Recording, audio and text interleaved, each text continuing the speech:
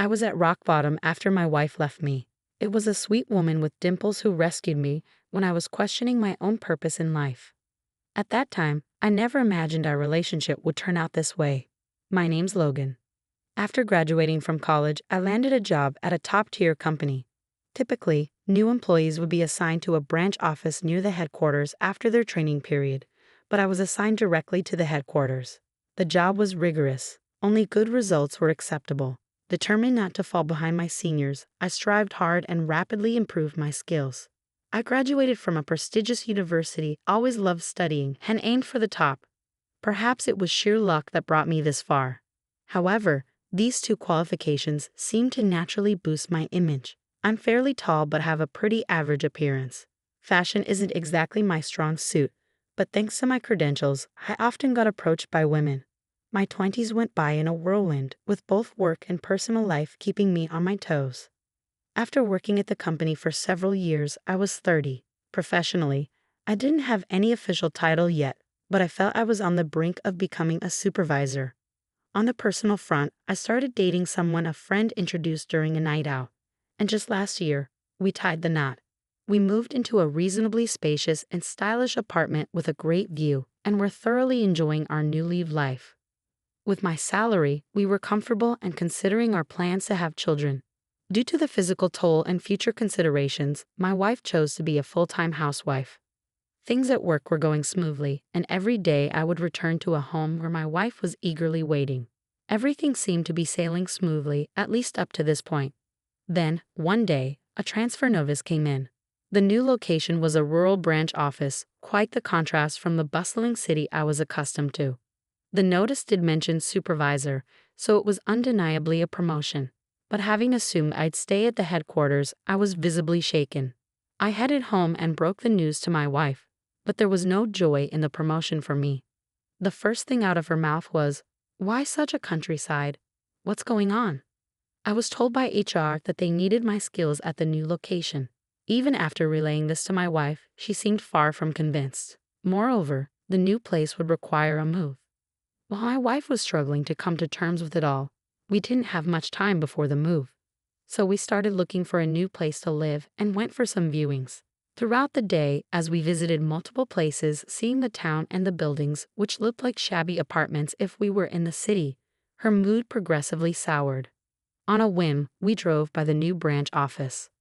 The sight of its worn-out walls against the backdrop of a fading town wasn't encouraging. She was speechless, just staring at this place she couldn't accept. The continuous unsettling events and our differing views couldn't align. We ended the day with just the viewings. Once we got home, discussions turned into arguments. Sure, it's labeled as a promotion, but isn't this just a demotion in disguise? If you work there, you'll never get a promotion or raise. We could be living below our means for the rest of our lives, my wife complained in tears. Our discussions reached a deadlock, and before we knew it, moving day arrived. We decided to keep our electronic appliances in the city apartment for now. I took only my belongings and moved into the new apartment alone for the time being. The plan was for my wife to visit during weekends to see how things played out. However, after several weeks, she still hadn't made peace with the situation, saying, "I can't live here. I can't have the life I want with a husband working in a branch office with a dubious chance at a raise. I don't want it." After being told that by my wife, we ended up divorcing. I guess it was inevitable. Time for a fresh start and to focus on my job. That was my mindset. But the weight of the word divorce hit hard. Often at work, my hands would stop and my thoughts would spiral. I remembered how homely my ex-wife was, how she always kept the house clean and had delicious meals waiting for me. Just hearing her cheerful welcome home would wash all the fatigue away. I thought I'd be fine living alone. But with the divorce, it's lonely and tough. Can't live the ideal life in the countryside. What was my worth after all? I sighed loudly, even though I was at work. Seeing my distress, some colleagues, feeling sorry for me, invited me out for drinks. "You're much more approachable than the previous supervisor. You're doing so well for someone so young. You're sharp and precise, just like when you were at the headquarters." Even some older colleagues were present, and they all refrained from bringing up the divorce, instead encouraging and praising me. With that warmth, I was re-energized. Time has a way of healing things. After a while, I became accustomed to my new life here and dedicated myself to the responsibilities at hand. Around that time, our branch was scheduled for an occasional inspection. Logan, long time no see. I'll be here for the week, so let's work well together. Hearing that familiar voice and turning around, I was met by Sarah, a former colleague from the headquarters. Though Sarah is younger than me, her fearless determination is well recognized, making her an adept career woman, especially in the field of inspections. She has the demanding task of traveling to branches nationwide, constantly on the move. Still, Sarah never complains and takes on her duties with unwavering stamina. I've always held her in high regard. Sarah, have you been well? I couldn't help but feel a sense of camaraderie. My voice grew louder with happiness. Oh, my apologies, I should address you as Miss Connor here, right? Given our current positions, Sarah now held a higher position than I did. After straightening up, I greeted her again, to which she replied with a playful chuckle. Don't be so formal. She then nudged me with her elbow just like she used to. When Sarah laughs, adorable dimples form on her cheeks. When it comes to inspections, everyone tends to get a bit tense, but thanks to Sarah's charming demeanor, the atmosphere always settles into a comfortable state, allowing everyone to work as usual. It's quite remarkable. That night, I decided to go out to dinner with Sarah. She was staying at a hotel nearby, and since she was planning on dining out, she asked for restaurant recommendations. Even though it was just the two of us having a meal, our conversation was mostly about work. In such a relaxed setting, we could discuss matters we wouldn't have time for at the office, making the time fly by fruitfully. As our meal and conversation neared their end, I noticed Sarah glancing at her watch. I'm sorry, we've been here quite a while, haven't we? We should probably head out. Your wife might be getting worried, said Sarah as she began to prepare to leave. Seeing the look on my face, she tilted her head in confusion. Well, the thing is, I then shared with her that I had gotten divorced. I went into the reasons as well, and as I spoke, Sarah listened attentively, nodding from time to time. She then casually remarked, You know, with your capabilities, I'd expect you to be back at the main office soon. Surprised by her candid statement, I asked, What do you mean? Sarah responded, It's probably a temporary placement. Once you've turned this branch around, I bet they'll want you back at headquarters. Her tone made it sound like a given. I was curious about where she had gotten such information. Sarah chuckled and said, Don't underestimate a woman's network. I was all ears, completely absorbed in the conversation. The distance from the city hustle, the divorce, and even though my duties might have been lighter than at the headquarters, perhaps my spirits had been down without me realizing. I had perhaps underestimated myself.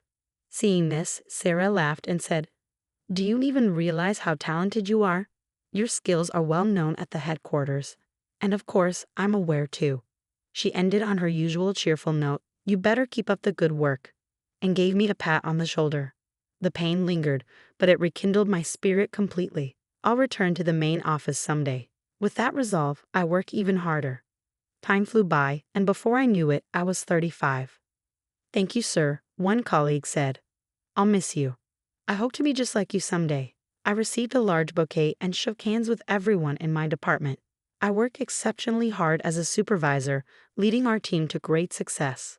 I also mentored my successor, who then moved up to a managerial position. In recognition of my accomplishments, I have now returned to work at the headquarters. Even though I was returning to the same department as before, I got a promotion. I'd be joining as a department head. The bustling city atmosphere felt familiar. While the air quality was so-so, I've always loved the vibrant energy of the city. I took a few days off to handle my move and settle down before officially starting at the main office. My colleagues at the headquarters, knowing it would be hard to coordinate once I got busy, decided to throw me a welcome back party during this break. They booked the city's finest upscale restaurant for the celebration, combining 2 private rooms just behind the counter seats. Seeing all those familiar faces and sharing the joy of working together again naturally brought smiles and lively conversations. Just as I thought the day would end on a high note, something unexpected happened. When I looked towards the counter to place an additional order, a customer walking in caught my eye. Looking closer, I realized it was my ex-wife, and she wasn't alone. She was with a man. Our eyes met, and she looked as startled as I felt, freezing in place. The man noticed and asked my ex-wife, Who's that? Snapping back to reality, she gave a wry smile and replied with a sigh, "Oh, that's my ex-husband." The man then said, "Oh, that guy," and looked at me with a smirk. There wasn't much left to say. She seemed to feel the same, promptly turning her back to me, and both of them took seats at the counter. I didn't let it bother me and continued chatting with my colleagues. However, on my way back from the restroom, my ex-wife called out to me. "Why are you here?" she asked with a cold tone in her voice. "I came back," I replied in the same tone. She laughed dismissively and remarked, "After being demoted, you sure had the guts to come back. You probably screwed up again, didn't you?" Giving me a pitiful look, the man sitting beside her seemed to be asking her about me. "Graduating from a prestigious college and then getting demoted makes no sense," he sneered. Irritated by their comments, I said, "Well then," ready to leave. However, my ex-wife quickly pulled the man close to her and gloated, "He's quite impressive, isn't he?"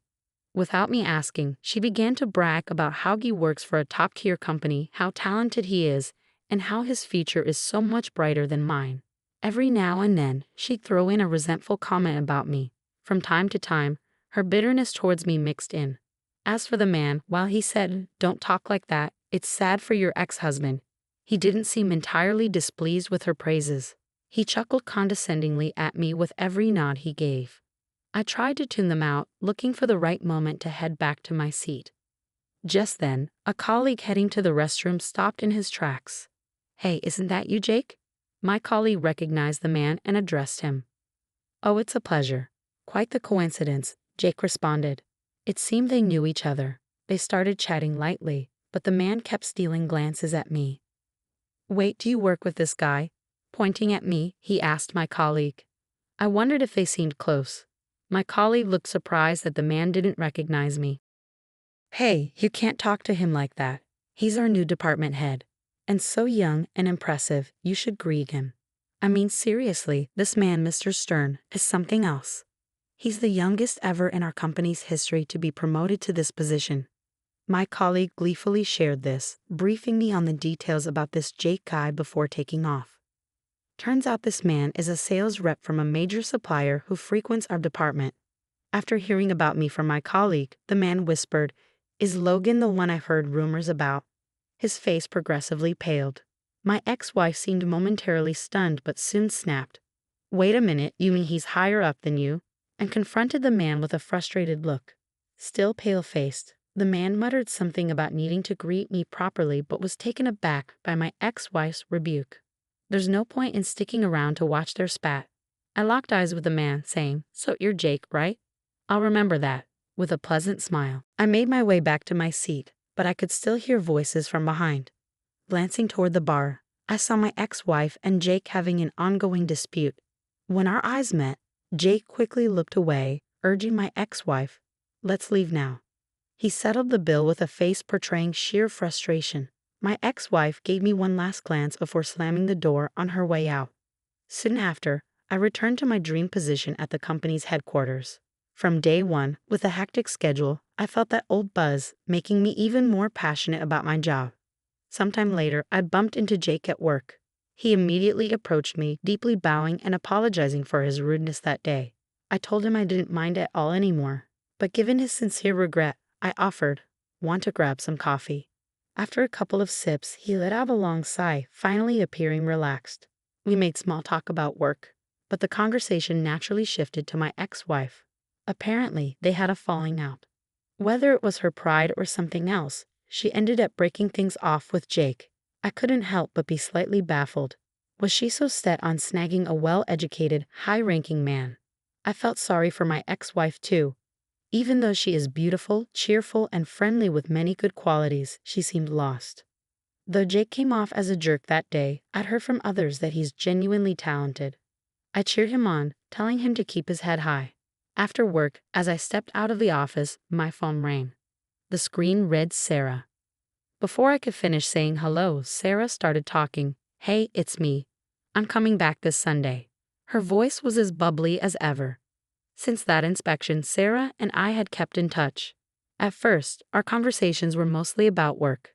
Sarah would often give me a piece of her mind, always offering emotional support. I think the reason I never gave up and aimed higher was probably because of her presence. "I know you better than anyone else. Have some confidence and just do it," she would say on the phone. Even though she's younger than me, it makes me laugh, wondering who's really the older one. Then on Sunday, I waited for Sarah at the JFK airport lobby.